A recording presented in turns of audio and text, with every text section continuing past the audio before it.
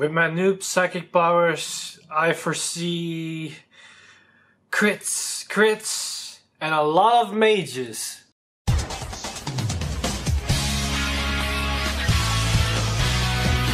Stand up! Vanguard!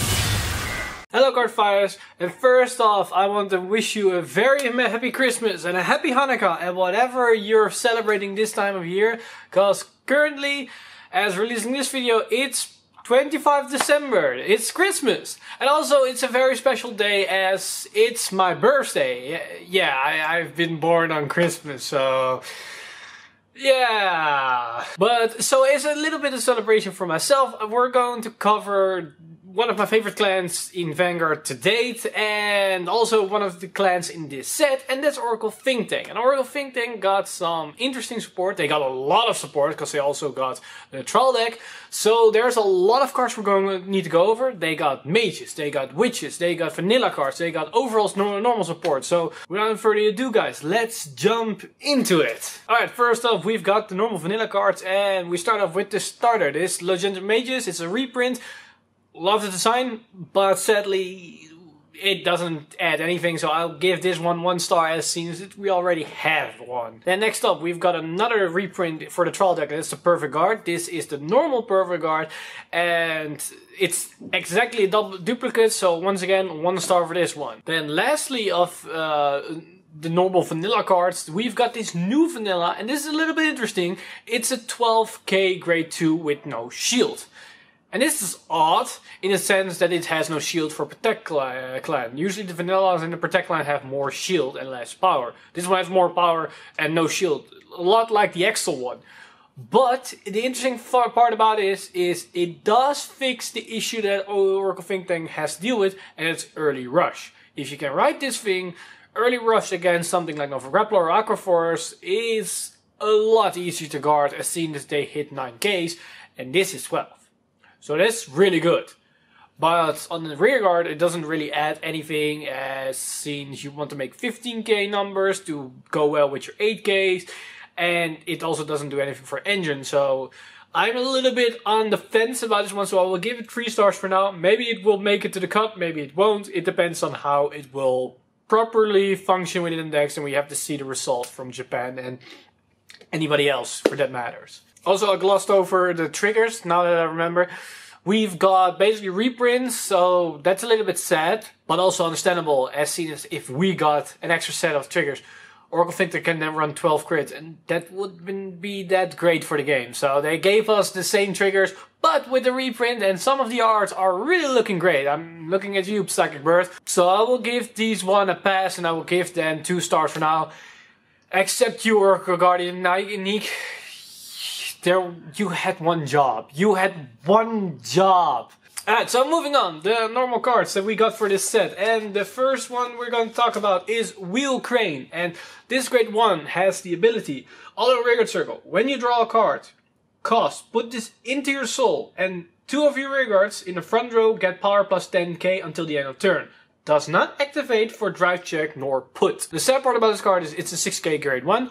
But we already run a 5k grade 1 in the deck, that is Luckbird, so depending on that, it might make the cut. And the 10k, giving it to 2 units, is actually pretty good. You can then pressure them with higher numbers right from the get-go, and that can be really good. So I will give this one 3 stars as it has its function. The 10k increase can be really good, and it goes in the soul, so it will generate some resources for that, so it might work. Alright, next up we've got Miko Spirit Light Kinuka, and she also had the same proccing that Auto Rearguard Circle. When you draw a card, cost, counter plus 1, and this unit get plus 10k until the end of turn. Does not activate for drive check nor put. So it's similar to the Crane that it gives 10k, only the Crane gives it to 2 units, and this one will cost a counter plus, but you don't lose a rearguard on the field for it. But the main issue is, it's an 8k grade 2, and as I stated before, Oracle Think Tank's biggest issue is the early rush that they cannot deal with. And if you have an 8k grade 2, then that rush will be even more harder to deal with, as seen as now even grade 1s can hit you. So it's even easier for any kind of deck to just rush you down. So that's why this card, in my opinion, is only a 1-star because of the 8k. Alright, next up we've got Phoenix Wing Miko Chizuru. And her skill is auto rearguard circle once per turn. When you draw a card, cost counter +1 until the end of turn. This unit gets plus 10k and a boost. Also note, this one is once per turn. The other one, the grade 2, isn't once per turn, but it costs a counter blast. And let's be honest, are you going to use its skills multiple times in one turn? I don't think so, to be honest. Positive side about this card, in comparison to the other one, is that it gains boost. And it's a 9k grade 2, so you don't lose on a defensive value in that part. And also the boost is pretty good. As stated before, you need to have some aggro to pressure your opponent. And this way you can generate that. So in that sense, I will give this card 3 stars as it's more versatile use than the other ones we already discussed about. Alright, next up we've got grade 3, and that is Miko of the Treasured Blade, Shizuki. And this, in my opinion, isn't a great card. It does have the protect marker, so that's great. But the skill is auto rearguard circle once per turn, cost counter blast 2, soul blast 1, draw a card, and 3 of the units in your front row get plus 5k until the end of the turn. Alright, so it draws a card. That's great. So you can basically remove one counter blast, as that counter blast is probably going towards this drawing. Then what you have left is a counter blast and soul blast. And that counter blast and soul blast is to give 3 units in the front row plus 5k. I don't think that's worth it.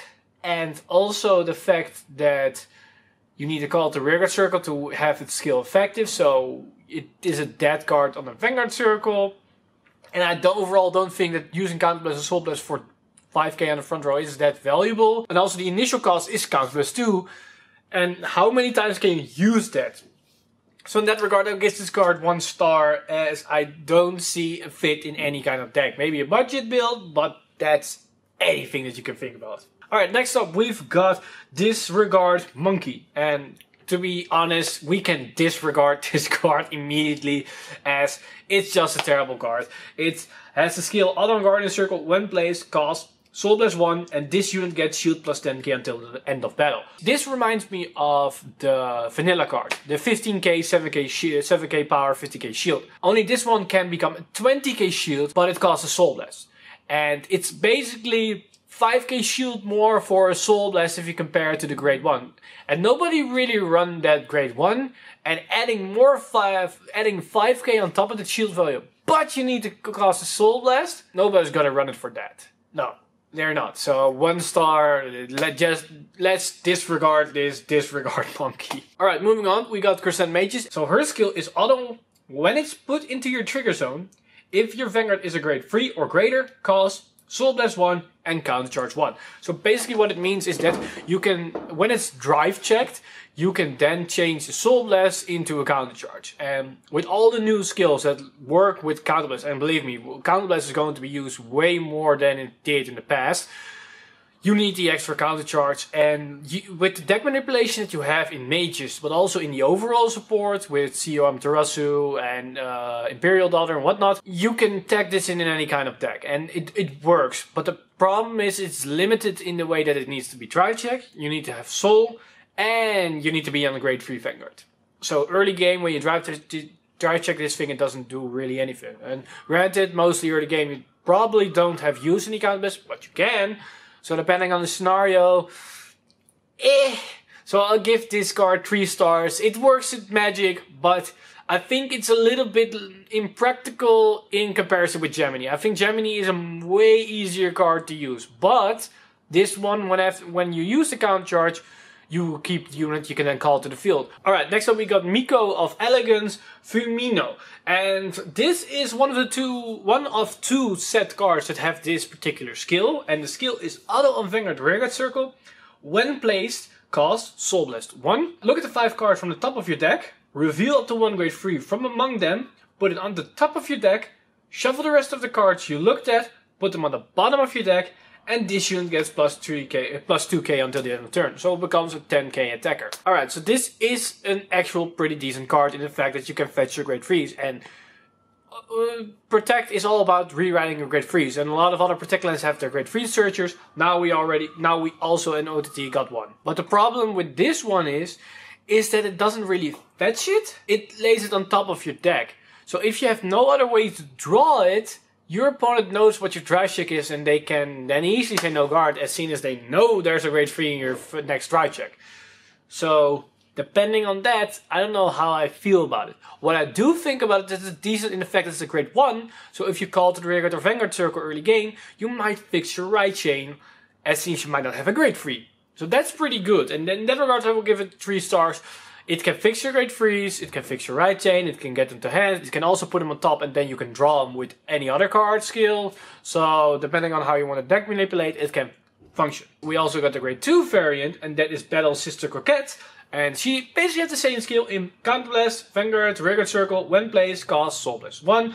Look at the 5 cards from the top of your deck, review up the 1 grade 3 card among them, put it on top of your deck, shuffle the rest of the cards looked at on the bottom of your deck, and this unit gets power plus 5k until the end of the turn, so she will become a 14k attacker. To be honest, I don't think this is a really great card. It has the same flaws as the grade 1, that your opponent knows what your dry check is, and the plus 5k isn't really that great in the sense that it doesn't make magic numbers on the Rearguard Circle. It does work on the Vanguard Circle when you're ridden an opponent against a Force clan, as you then can hit that 10k base. That's the upside. But the downside to this thing is you have less room to fix your grade 3, you have less time to draw it, and the grade 1 has more. You have more time to prepare it.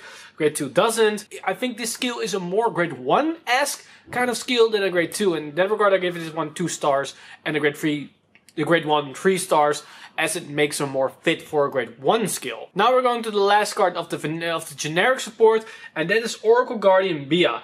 And I love this kind of skill. It's depending on how you can use it and how the game goes, this thing can be a beast. So what's this skill?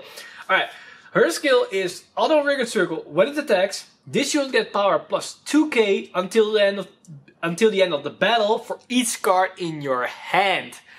So if you have 10 cards in your hand, this will become a Riptide. As soon as it then get plus 20, and that's a 32 attack. And as stated before, Oracle think they need a way to pressure your opponent earlier in the game. And earlier in the game, you're probably sitting at a more healthier hand size. So this thing becomes big. And I've been sitting on hands from 8 to 12 to 14 in some games, and then this thing can be insane. And it pressures your opponent out to place more cards on the field to guard with it, so they have less ways to pressure you. Cause the best defense is a great offense. The only downside to this card is that it doesn't have a protect marker, and it's only a rearguard skill, so you don't want to ride this thing. And that is a big negative downside to this card. So in that regard, I will give this card 3 stars. Alright, now we're getting to the specific support. And let's go over the witches first. They got 4 interesting cards. When I thought about, missing one? No. They got 4 interesting cards. Currently not enough to make a very strong deck, but a fun alternative slash budget build. But it's a lot of fun. So let's take a look at what these cards are. Alright, first off, we've got Sprout Witch LOLO. And her skill is auto on Rearguard Circle. When the attack is boosted, hits the Vanguard, cost Counterblast 1, and put this unit into your soul. And then you draw a card. So for Counterblast and putting a card in soul, you will get a card, you draw 1, you plus 1, and you can do it when it hits, when the boosted attack hits. So that's pretty decent actually, because it gives hit pressure and you get some field, and you can remove units on the field so your opponent cannot retire it against retire matches. But the other skill it has is auto on soul. When your grade 3 or greater Vanguard with which in its card name is placed, cost Soul Blast 1, and call this card from your soul to the Rearguard Circle. So what it means is when you're ridden a grade 3 witch card, you can then use Soul Blast 1 and call it out. So if you combine it with her other skill, you can then put it in, put it out, put it in, put it out. And that's a pretty interesting way of how you can play the deck, and that you can have some hit pressure consistently with everything that you can do. And it's also an 8k body. It's pretty nice. It has the witch in the name, so that's also pretty decent. So with the whole self-sustaining effect, I will give this card 4 stars, as it gives good early pressure against your opponent, as they don't want to give you free pluses, basically. Alright, next up we've got Topaz Witch PP, and her skill is continuous on Vanguard and Rearguard Circle. During your turn, if you have 4 or more cards in your hand, this unit gets plus 2k. Alright, she is an 8k base, so she will become a 10k. That's nice against 4s, as you then can hit them. At early game, you will have more than 4 cards in your hand, so that one will proc. It's basically a weaker version of Promise Daughter in that regard. But she has another skill, and that's although when rode upon by a card with which its card name, cast Soul Blast 1 and draw a card. And right there, we see the skill of Circle Magus that you want to ride it. And Circle Magus is a 4-off in every deck. But the upside of Circle Magus is that you don't have to ride a specific card. But in Witch deck, you probably only have Witch is grade 3, so that restriction is a little, it doesn't really matter at that point. So she has a similar skill, but a weaker version of Promise Dollar. And she has a similar skill, but in my opinion, a stronger version than Circle Magus, as seen as it's a Soul Blast and not a Counter Blast. That makes the card really strong. But it's an 8k, so you will have that issue with that on the defensive part is pretty weak. But with all these added skills, I will give this one 4 stars, as it's a pretty interesting mix of different skills that we've seen in other cards that work pretty well. So I'm very curious how it works on this card in combination with the witches. Alright, for the grade 3s, we've got the big one, and that's Scarlet Witch Coco. And her skill is auto on Vanguard Circle. When rode from a grade 2, draw a card. Just that. If you rode up on a grade 2, you draw a card. So if you rode it up on PP, you use PP skill, Soul Blast 1, you draw a card, then draw another card. That's 2 cards. That's it. That's pretty sick, if you ask me. So that's pretty good. Then we got Act Vanguard Circle. Once per turn, cost Counter Blast 1, Soul Blast 1 grade 3. Draw 2 cards, discard any number of cards with which in their card name from your hand, and for each card discarded, you get one imaginary gift protect. That's pretty interesting. I don't say it's pretty good, but it's pretty interesting in that regard that you can make protect markers how much you want. Against Force, this is sick. There is an immense flaw with this card, and that's the fact that her auto Vanguard Circle right target is that you need to ride upon a grade 2. But her other skill demands that you Soul Blast a grade 3. There is a gap here that I cannot, that isn't really great. It's a little bit awkward in my opinion. I don't know if it's really that great, and with the support that we only got 4 cards for witches, so they need more stuff to make this thing viable. So for now I give it 3 stars, as it doesn't really fit well. And let's go over the other grade 3 to see why it's a little bit awkward on that department as well. Alright, so the other one is Wisteria Witch ZoZo. And her skill is auto Vanguard Circle. When it attacks, reveal any number of imaginary gift protect from your hand, and each card revealed, 3 of your front row units get power plus 5k until the end of turn. If you reveal 2 protect, 3 of your front row units get power plus 10, so it stacks, it keeps stacking. So we can see immediately there, alright, this synergizes well with Coco. Right? Yeah, not really, cause the earliest turn you can do this is turn 3 of your grade 3s, cause you need to ride into Coco. You need to ride into a grade 3 first, then you need to ride into Coco, Soul Blast out to grade 3, and then you need to ride into this thing as ZoZo, as seen as the Vanguard skill. So it takes 3 turns to activate it, and you need to keep all your protect markers in hand to make any kind of power plays with it. So, it's a little bit too slow in that regard. If it was a Vanguard skill, this would be insane. And the other skill is auto Vanguard Circle. When the attack hits a Vanguard, cast, Counter Blast 1, draw a card. Alright, that is a pretty decent card effect. It's the hit, once again a hit skill, and on the Vanguard Circle, in that regard, and for Counter Blast you draw a card. Great. I dig this, and it's nice. But the other skill is a little bit awkward in the regard that it wants to function, it wants to synergize with Coco, but at the same time it doesn't. Unless we get a way for witches exclusively, and I mean exclusively for witches to get a grade 3 in your soul, or a witch that is a grade 3 whilst in your soul, then Coco is on a whole other level. Then it can work. And I mean exclusive for witches, as seen as you don't want this kind of thing abused with Deer or something, or with Pentagonal Magus. You don't want to be that it's abusable by those cards. You want only for witches to make this synergy interesting. So for now, I'll give this card 3 stars. As once again, hit is nice, but it's a hit, and that's always a little bit limited in the lower side of the spectrum. And the power is interesting, and it can help as you ride this thing and keep riding, and you keep. And if you can save your protect markers in your hand, you can go from 5k to the front row, then 10k, then 50k, and it keeps getting stronger. And if you can put it Coco in the mix and then suddenly into the ZoZo once again, then that can be really scary. Alright, let's go to the mages. And these were basically the poster girls for Orca Think Tank for this set. And we'll start off with the lower side of the spectrum, and that is Briolette Magus. Her skill is act on rearguard circle, cost, counterblast 1, and rest 2 rearguards in the same column as the unit, draw a card, and one of your Vanguards gets plus 10k until the end of turn. Alright, this is bad. You don't want to rest rearguards in the same column, so the column that you call to, you need to rest her and another unit to it. And that means you have 1 attack less. And in a protect clan, as Oracle Think Tank that has less pressure, you don't want to do that. That 10k extra on the Vanguard means nothing. That draw is fine, but you're already paying the counterblast for that. So you're resting 2 units to basically give your Vanguard 10k, and that's not worth it. So I will give this card 1 star as it works against what Oracle Think Tank is trying to do. Alright, next up we've got Semilunar Magus, and her skills act on rearguard circle, cost, counterblast 1. Put this unit into your soul. Look at the top 2 cards from the top of your deck, put them on the top of your deck in any order, and draw a card. Alright, that's a pretty decent skill, but we're going to see this skill more often on other cards that aren't a grade 0.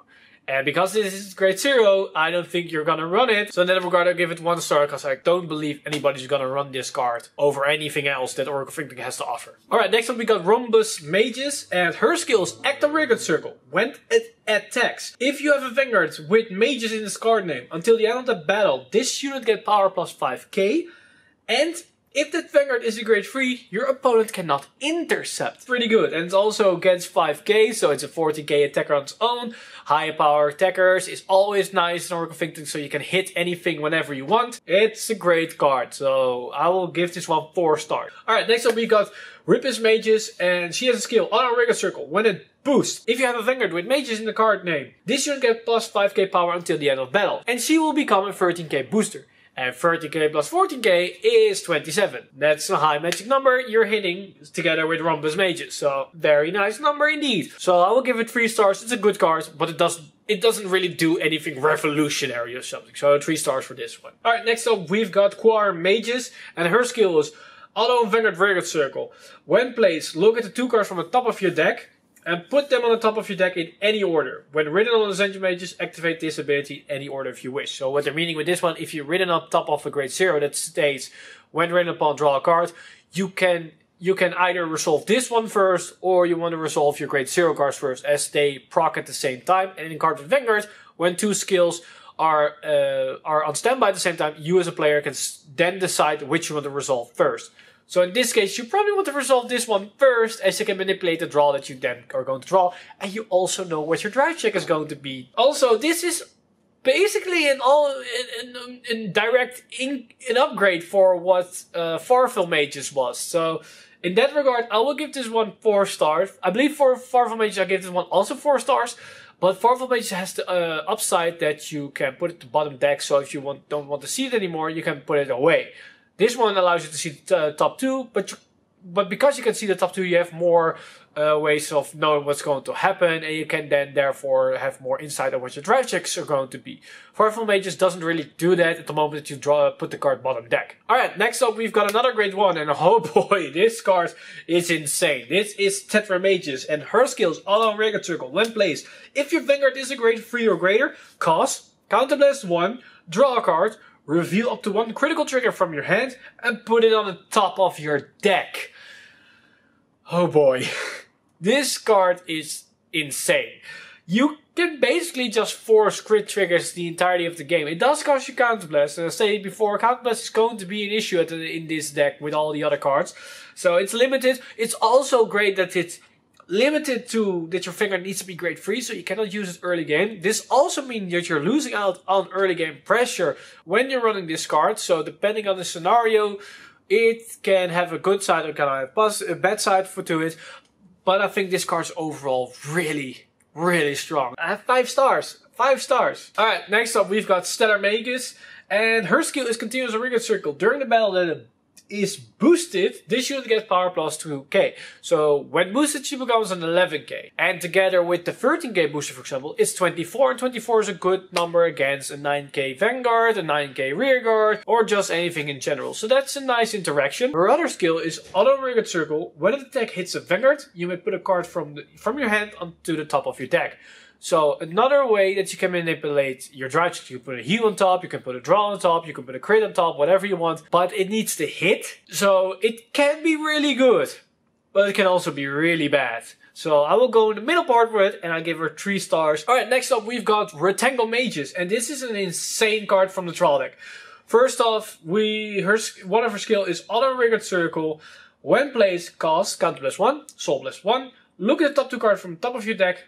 Put them on the top of your deck in any order and draw a card. Right there, in my opinion, is an upgrade to what Sotorihime was. With Sotorihime, you can manipulate the top of your deck, you draw a card, discard a card, and then check whatever was on top of it, what's on attack. So you could do some mind games with it. But there's also another thing to this card, and that's Auto Rearguard Circle. When you drive check reveals a trigger, this unit gets plus 5k until the end of turn. So that's pretty insane that it also gets to 5k even though you don't give the crit power or trigger power to her. But granted, she doesn't get power herself in any form, so it does balance itself out with one trigger, as seen as the other units get plus 6k are a bit stronger in initial phase. But if you get 2 triggers, then this card might be a lot stronger. Alright, next up we've got Hexagonal Magus, and a lot of people are praising this card that it's the upgrades for CEO Amaterasu, but I want to disagree on that point. But let's see why people are thinking that. Alright, first off, her first skill is Auto on Vanguard Circle.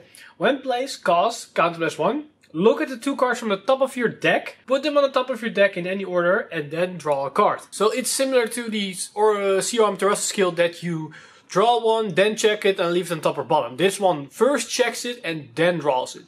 In that regard, it's better than CEO in the fact that you can now manipulate what kind of cards you draw. It's not like you draw the trigger and then look at the top card as non-trigger and then you're basically screwed. This one you have insight in that. So it's better for that. Then you have the other skill that is Auto on Vanguard and Rearguard Circle. When the drive check reveals a trigger, this unit gets power plus 5k and then end of turn. So this is similar to Rectangular Magus. It also gets 5k extra for trigger. That's pretty good as in the synergy with those cards together. What is worse on this card than CEO is the fact that this one you need to keep riding it because it's an on-place effect, and CEO is an act ability. And the whole issue for Oracle Think Tank right now is that they have issues with Zanbaku, and Zanbaku just denies them any new ride. And if you're stuck on CEO, you can still use Counterblast, keep drawing cards and deck manipulating. If you're stuck on this one, you're just led to your devices, and it's like you need to hope that you're going to get a trigger to even get some power increase out of it. So you're just betting it on luck. But if you're not getting in Zanbaku, you can keep rewriting and you keep going the ball, keep letting the ball keep rolling, then this card is stronger than CEO, and for that I will give this one 4 stars. Alright, now we're getting to the last card, and this is the one that got basically everybody lost his shit about, and that is Pentagonal Magus. Her skill is Continuous on Vanguard Circle. The power increase of trigger effects revealed for your drive checks get power plus 5k. So no, it doesn't mean that your 10k power increase turns into 5k. No, they will get an additional 5k. So you give 15k per trigger. So if you have Hexagonal Magus on the field and Rectangle Magus, then if you get one trigger, that one trigger is resulting in a plus 25k power on the field. That is a lot. But the other skill is the real thing about this card. And it's Auto on Vanguard Circle. When it attacks, cost Soul Blast 1 grade free and discard 5 cards from your hand. And this unit gets drive plus 3 until the end of turn. So you will get basically a triple drive. That's why she's called Pentagonal Magus. It's a penta drive. But the number of cards discarded from your hand for the cost of this skill is reduced by 1 for each of your rearguards with Mage in its card name in your front row. And that's important to know. It's need to be in your front row and only rearguards. So you can only reduce the skill by a minus of 2. So instead of discarding 5 cards, you need to discard 3 cards. And since you're getting plus 3 drive checks, you're net plussing 0. It's just that it's just a normal twin drive adding cards to your hand in that value. But you can discard excess of units that you cannot use, and you get more drive checks. And you want to have more drive checks as it allows you to have more trigger chance, as seen as you're going to get basically a plus 25k power for each trigger if you combine it with the Rectangle Magus and Hexagonal Magus. And that is insane. The synergy with this card, with all the other Magus cards, is pretty good. So the new Magus deck is pretty looking good, but it's completely and utterly focused around rewriting and getting triggers. So Zanbaku is your hard counter. If the old Oracle Think Tank already had issues with Zanbaku, this deck will have even more issues with that matchup. But beside that, this is a really strong deck. And you can see that the way that they're going with Oracle Think Tank, they're going to split it up with more support for different segments. We got witches, overall support, and now the mages that can do interesting shenanigans stuff. And I think they're going to keep going with more separating out the support and just focusing on one specific build. Otherwise, power creep would be a big issue for Oracle Think Tank, as seen as what it was the most oppressive decks for the longest of time in Standard. And with that, that's about everything I can talk about. The mages is looking really interesting and very strong with their basically relying on a lot of triggers, drive checking, but they can still stack the deck with it, and all those kind of stuff. We have witches with their interesting power up through protect markers, and all those other hit abilities that they have in their synergies together, but they definitely need more cards. Their supporting cards are looking great, but the great frees aren't really that enough, so they need more stuff. So I hope in the next support wave for Oracle Think Tank we've seen some more witches.